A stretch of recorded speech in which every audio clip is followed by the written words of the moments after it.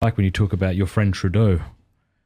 Well, that Canada's in the state you get in when you elect Peter Pan to be your leader. He's, I think he's an incompetent narcissist.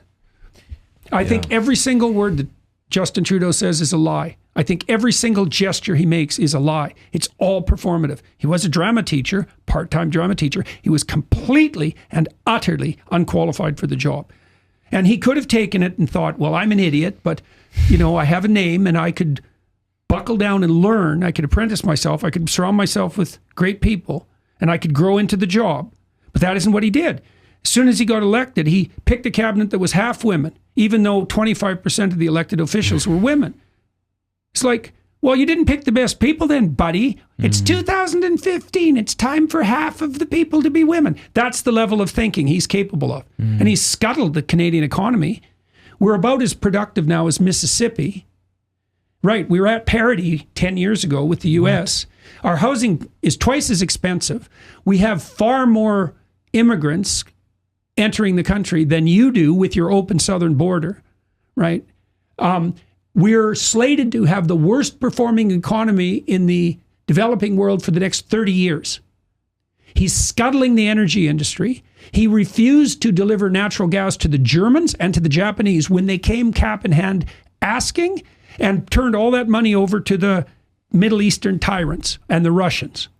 Right. What else? He's produced the most totalitarian legislation that Canada has ever seen. He scuttled the Constitution.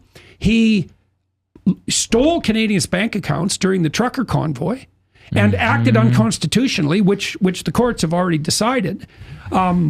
His energy minister, Stephen Guilbeault, is a delusional, nature-worshipping activist and has been since he was 5 years old. He's at war with Alberta, which has like the third largest oil reserves in the world. Saskatchewan has the largest uranium reserves. Canada could be insanely wealthy if we weren't childish beyond belief. So is public opinion turning on Trudeau? Oh, yes. Yeah. Oh, yeah. It's in all likelihood, he'll be scuttled. His party will be scuttled in the next election, October. But he'll hang on until October 25th because he's made a devil's deal with Jagmeet Singh, the leader of the Socialists, a man too stupid to even negotiate for a cabinet position despite having formed essentially a coalition, which is also unheard of in the Canadian political tradition. There's never been a coalition like this. And anybody with any sense who forms a coalition as a minority party leader gets a seat at the table. But Singh, he's a Rolex wearing, what would you say, tailored suit socialist. You know, I don't know what sort of creature that is.